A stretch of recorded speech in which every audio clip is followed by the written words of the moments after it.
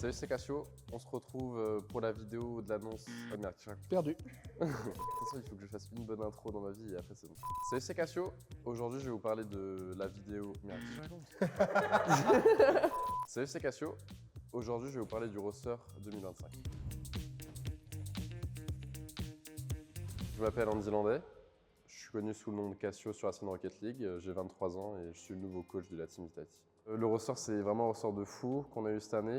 On arrive avec Monkey et Exo chez Vitality. On a Zen qui est déjà présent chez Vitality, qui est pour moi le meilleur joueur individuellement au monde potentiellement. Donc c'est vraiment une folie d'avoir ces 4 personnes inclus dans ce roster. Donc vraiment, on pourrait pas être plus heureux. L'off-season s'est assez bien passé. En tant que champion du monde, que ce soit pour moi ou mes coéquipiers, on a la position de force. En fait, on choisit un peu les personnes qu'on veut recruter qui sont disponibles. Que ce soit ramener Monkey qui était plus arrivé en fin de mercato, où l'objectif c'était un petit peu pour Zen et Exotic de jouer ensemble. C'est un duo qui n'attendent que ça depuis des années et des années. Et après, ouais, ramener Monkey dans le projet à la fin, c'était logique. En fait, c'était le meilleur joueur qu'on pouvait avoir, qui pouvait fit avec les deux. Donc, très bien passé. Obligatoirement, tous les joueurs, que ce soit Exo et Monkey et Zen, de leur côté, intrinsèquement, ils avaient leurs habitudes, leurs automatismes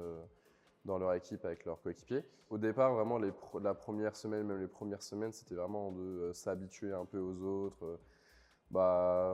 Aussi dans la com, des fois, je sais pas, Zen, il allait appeler Exo Rado ou autre par habitude, voilà. Donc ça, il fallait un peu désolidariser ça pour recréer quelque chose de nouveau.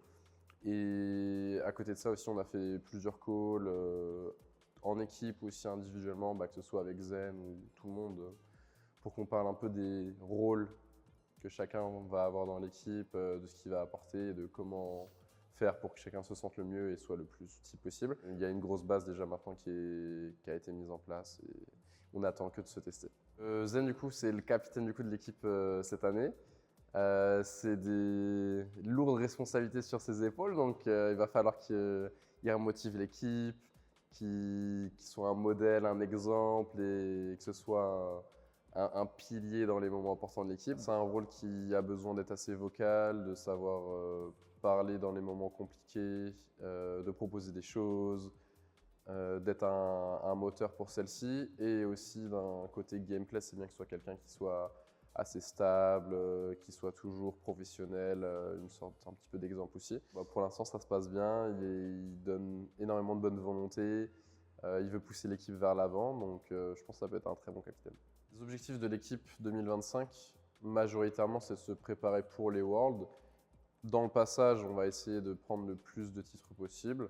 Les régionaux, les majors si possible. S'il y a des petits tournois tiers à des moments, pourquoi pas. Le WC aussi, ça peut être un tournoi qui est important vu que s'il a la même date que le précédent, c'est le tournoi de préparation au World.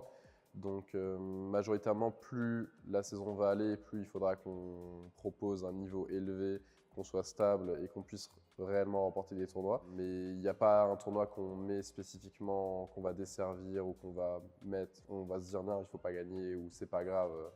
L'objectif, c'est toujours de gagner. Après, il faut être réaliste aussi. Tout gagner dans une saison, c'est potentiellement impossible. Donc l'objectif, c'est de progresser tout au long et voir notre évolution. En Europe, cette année, c'est un petit peu différent. On a plus d'équipes qui vont être embêtantes, je pense, dans le top 6, 7, 8. Mais à côté de ça, on a 2 équipes qui sont vraiment très fortes, je pense. C'est la Carmine Corp et nous. Juste en dessous aussi, il ne faut pas les oublier du tout, mais il y aura toujours Gentlemate et l'équipe d'Itachi aussi qui vont poser problème. Je pense quand même que avec la KC, ça va être des super matchs.